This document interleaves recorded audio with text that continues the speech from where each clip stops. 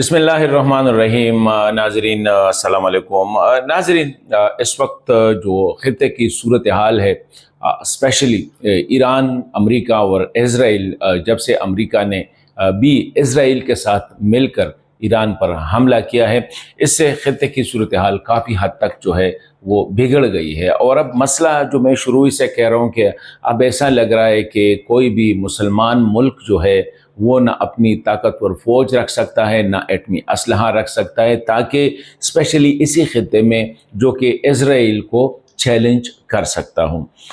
अब ईरान का जो एटमी हथियार का जो मामला था उस पर बात करते हैं कि असल सूरत हाल क्या थी। ईरान अब तक दुनिया के साथ कोऑपरेट कर रहा था। ईरान के जितने भी एटमी तनसीबात थे वो इंटरनेशनल जो जो एटॉमिक एनर्जी जो एजेंसी है उसके बिल्कुल उसके मुताबिक था, उनके इंस्पेक्शन हो रहे थे। और जिन एरियाज़ को, जिन तनसीबात को अमेरिका ने टारगेट किया है, ये IAEA एटॉमिक एनर्जी कमीशन जो एजेंसी है, इंटरनेशनल एटॉमिक एनर्जी एजेंसी जो है, उसके सेफ गार्ड यानी उसके प्रोटेक्शन में थे। अब असल सवाल क्या है? असल सवाल ये है कि अब ईरान के लिए एटम बम बनाना नागुज़ीर हो चुका है और ईरान अब एटम बम बनाएगा। अभी ईरान के जो ऐलानात आ रहे हैं उसकी पर्सपेक्टिव में बात करते हैं। जो ईरान के रहनुमा है, रूहानी रहनुमा है अली ख़ामनेई साहब, उसका बयान, और ईरान के वज़ीर ख़ारिजा इराक़ची का बयान, अगर उसको देखें तो इस पर बात करेंगे। दूसरी बात यह है कि अमेरिका ने जो हमला किया है या आज इज़राइल ने दोबारा हमले किए हैं, उसमें कितना नुकसान पहुंचा है, इंटरनेशनल एटॉमिक एनर्जी जो एजेंसी है वो क्या कह रही है, इसी हवाले से बात करेंगे। और असल बात यह है कि ईरान अगर तबाह हुआ, ईरान अगर ख़त्म हुआ, तो अगला टारगेट डेफिनेटली पाकिस्तान है। और बिलावल भुट्टो ज़रदारी का जो स्टेटमेंट है कि जब लबनान फ़लस्तीन पे हमला हुआ तो हम खामोश रहे, लबनान पे हमला हुआ तो हम खामोश रहे क्योंकि हम लबनानी नहीं थे, यमन पे हमला हुआ तो हम खामोश थे क्योंकि हम यमनी नहीं थे, अब ईरान पे हमला हुआ, अगर खामोश रहे तो कल हम पे हमला होगा, फिर कोई बोलने वाला नहीं होगा। इसका मतलब क्या है, इस पे बात करेंगे। पहली बात तो ये है कि अमेरिका ने इज़राइल के साथ, क्योंकि ये जंग जो थी ये अमेरिका की बिल्कुल नहीं थी, ये इज़राइल की जंग है। और इज़राइल ने ईरान पे हमला किया है बग़ैर किसी, और इज़राइल की हैसियत क्या है, ना इज़राइल ने अपना एटम बम बनाया है, इंटरनेशनल कम्युनिटी को घास भी नहीं डाल रहा है, IAEA को छोड़ भी नहीं, उसकी इंस्पेक्शन को छोड़ता भी नहीं है, नॉन प्रोलिफरेशन ट्रीटी पे दस्तखत भी नहीं कर रहे। हालांकि ईरान ने NPT पे दस्तखत किया है। ईरान के जितने एटमी तनसीबात है वो इंटरनेशनल एटॉमिक एनर्जी एजेंसी जो है उसके सेफ गार्ड में है, यानी उसके प्रोटेक्शन में है, वो किसी भी वक्त प्रोटेक्शन कर सकते हैं। लेकिन अमेरिका इस जंग में कूद पड़ा है।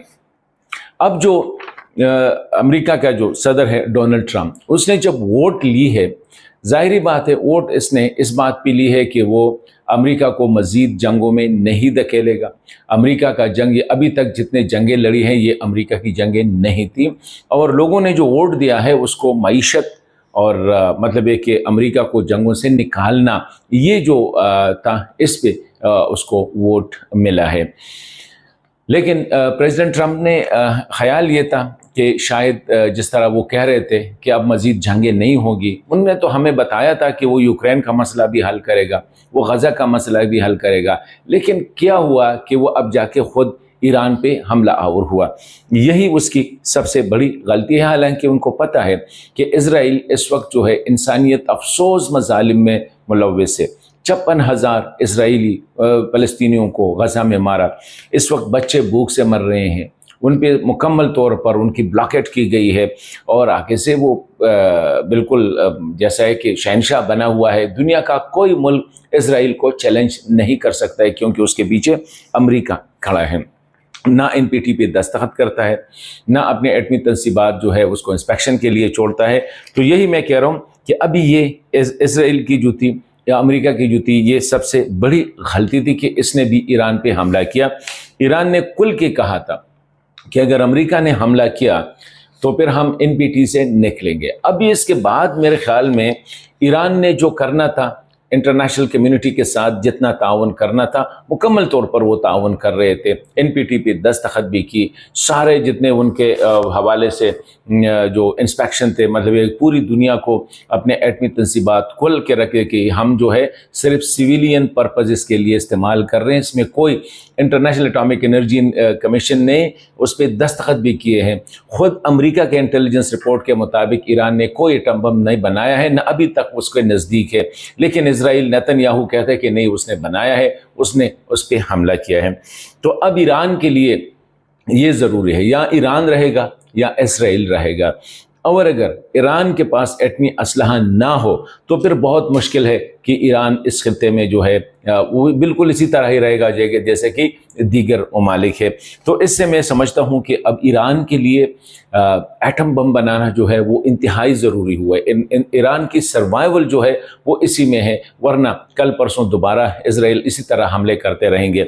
اب امریکہ نے جو حملہ کیا ہے, ایران کو تو پتہ تھا, ان کو اسرائیل کا بھی پتہ تھا, ان کو امریکہ کا بھی پتہ تھا کہ ان کے ایٹمی تنصیبات جو ہے وہ انتہائی محفوظ ہے ابھی تک, کیونکہ جو بم امریکہ نے گرایا ہے یہ تقریباً 13,000 kg کا بم, 13 ٹن کا بم جو ہے بہت بڑا, 30,000 پاؤنڈ جو ہے وہ اتنا وزنی بم جو ہے نا وہ گرایا ہے. ابھی اگر وہ ٹارگٹ ہوتا, وہ جو سینٹریفیوج ان کے جو ہے یا جو ابزوربی کے جو اس کے جو سسٹم ہے, تو ابھی تک تابکاری کا جو ہے اثرات ہوتے ہیں. انٹرنیشنل اٹامک انرجی ایجنسی کہہ رہی ہے کہ ابھی تک تابکاری کے کوئی اثرات نہیں ہیں. ایران کے سائنسدانوں نے بھی کنفرم کیا کہ وہ نہیں ہے, کیونکہ اس وقت ایران میں ہزاروں کی تعداد میں رشین ٹیکنیشینز اور سائنٹسٹ جو ہے وہ ہے. ایران کی اگر آپ ان کے مشینوں کو مطلب ہے کہ ختم بھی کر دیں, تباہ بھی کر دیں, وہ نالج تو ان کے پاس ہے نا, وہ کتابیں تو ان کے پاس ہے نا, وہ سسٹم تو ان کے پاس ہے نا, وہ دوبارہ بھی ہو سکتی ہے. تو ابھی یہ اسپیشلی جو نیتنز اور فردو پہ جو بم گرائے ہیں نا, جو اسپیشلی امریکہ کے جو B-2 طیارے سے گرائے ہیں, بڑے ہیوی تھے, اور یہ تقریباً 180-200 فٹ تک جو ہے نیچے زمین میں, یہ جتنا بھی آپ کنکریٹ ڈالیں اس سے بھی نکل کر یہ نیچے جاتے ہیں. تو اب یہ جو ابھی تک جو رپورٹس ہیں, وہ جو سسٹم ہے اس کو ابھی تک کوئی نقصان نہیں پہنچا ہے. اور آلریڈی ایران نے میرے خیال میں اس دوران بہت کچھ, کیونکہ ایران نے بہت کچھ کھویا ہے اس نظام کو لینے کے لیے, ایٹمی ہتھیار بنانے کے لیے. تو ابھی تک اگر ڈیمیج ہوا ہے تو وہ بھی اصفہان کا, لیکن ایکسٹرنلی ڈیمیج ہو گئے ہیں. مطلب ہے کہ اگر فردو کا ہے تو وہ باہر اس کا جو اوپن سسٹم ہے, اس کو جو بجلی کی ترسیل ہے, روڈ انفراسٹرکچر ہے یا دیگر ہے, اسی طرح فردو, نیتنز اور اصفہان تینوں سائٹس پہ جو ہے انڈر گراؤنڈ جو فیسلٹی ہے اس کو اب تک کوئی نقصان نہیں پہنچا ہے. اور میرے خیال میں یہ ایران کی بڑی کامیابی ہے کہ اب تک اتنی محاسمت, اتنی دشمنی, اسرائیل کی اتنی وار مشینز, امریکہ کی وار مشین, اس کو استعمال ہوتے ہوئے ابھی تک اس نے رکھا ہے.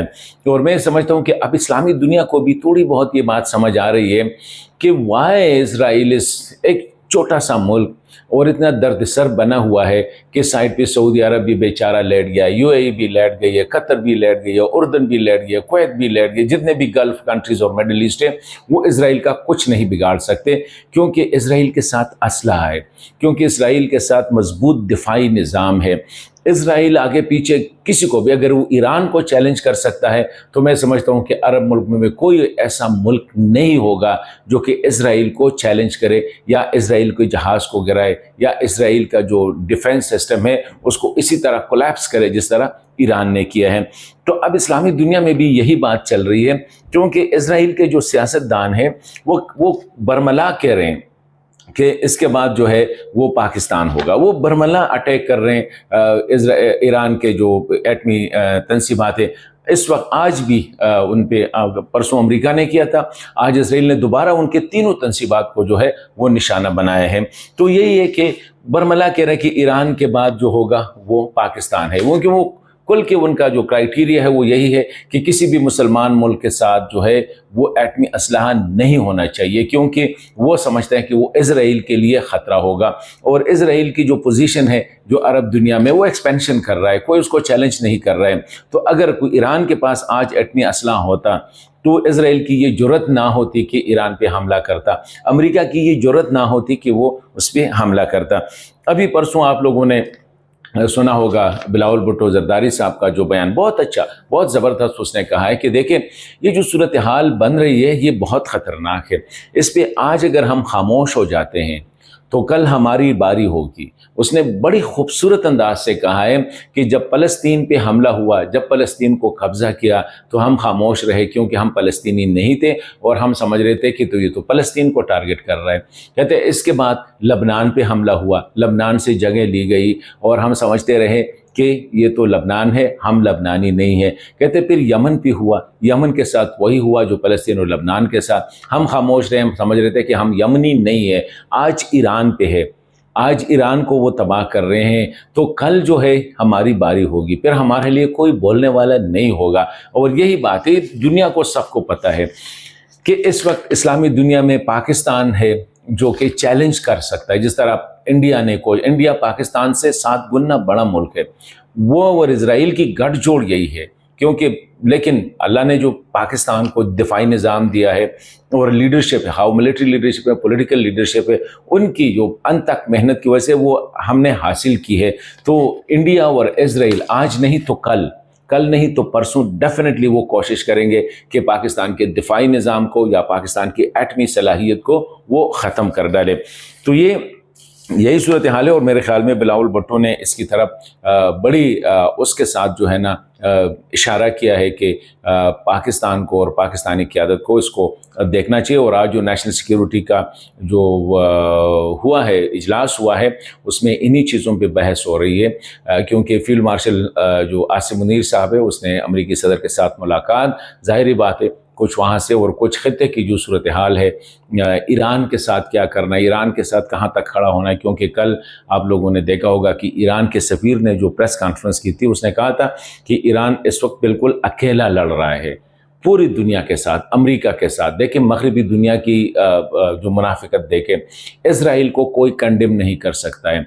गज़ा पे 56,000 लोगों को कत्ल हुआ, 8 दफ़ा यूनाइटेड नेशन सिक्योरिटी काउंसिल में जो है वो करारदाद पेश की गई, 8वां दफ़ा जो है अमेरिका ने उसको वीटो किया। अब मैं आ रहा हूँ कि ईरान क्या कर सकता है।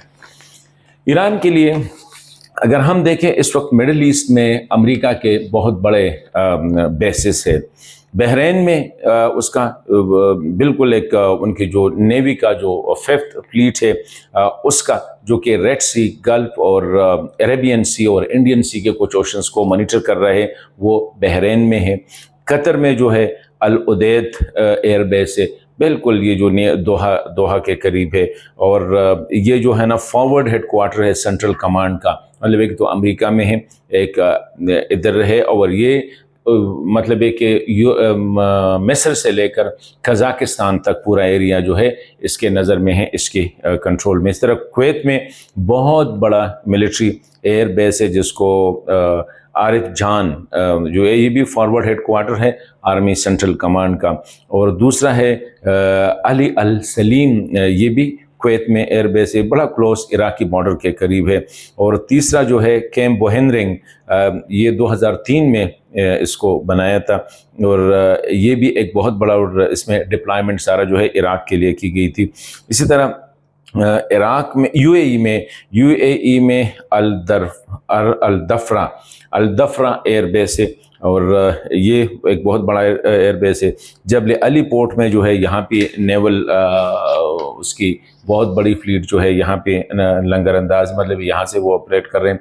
इराक में जो है यूएन मेरीन के बहुत बड़े एक एन अल असद एयरबेस है और ये पूरा जो है अंबार प्रोविंस, तो ये बहुत बड़ा समझा जाता है। और ये नेटो मिशन भी यहाँ से सपोर्ट हो रहा था।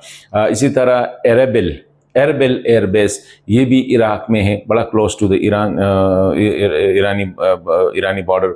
सऊदी अरब में भी है। सऊदी अरब में तकरीबन 3000 के लगभग जो है अमरीकी फोर्सेस इस वक्त वहाँ पे तैनात है, जो प्रिंस सुल्तान एयरबेस वहाँ से ये सारा सिस्टम ऑपरेट कर रहा है। इसी तरह जॉर्डन में अजरक नियर बेस ने जो कैपिटल है अमान, उसके करीब है। और मुआफिक अल सल्ती एयरबेस, मतलब ये कि ये सारे एयरबेसेस जो है अमेरिका के इतने करीब है। तो ईरान के लिए अब जो वही वेट हो रहा है कि ईरान कब हमला करेगा।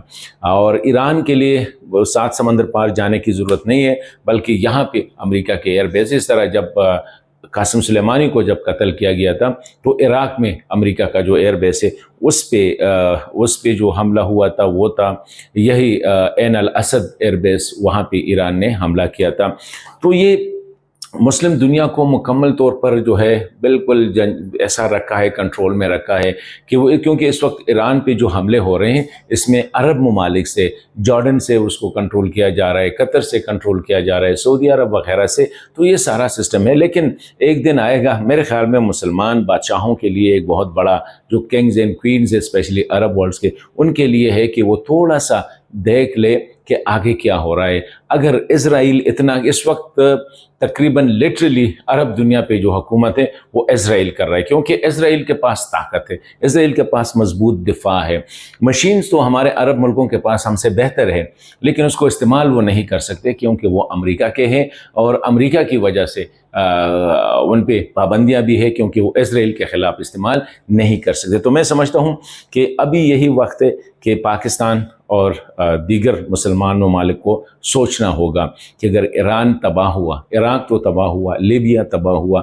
اب تھوڑی بہت طاقت ہے ایران میں، اگر وہ چلا گیا تو نیکسٹ ٹارگٹ از پاکستان، اور اللہ خیر کرے کہ آگے کیا ہوگا۔ لیکن یہ حالات ہے کیونکہ ایک سائڈ پاکستان کی انڈیا کے ساتھ دشمنی ہے، اور اسرائیل انڈیا اگر مل کے، پھر ظاہری بات ہے امریکہ بھی آئے گا، تو اس سے حالات پاکستان کے لیے واقعی خراب ہو سکتے ہیں۔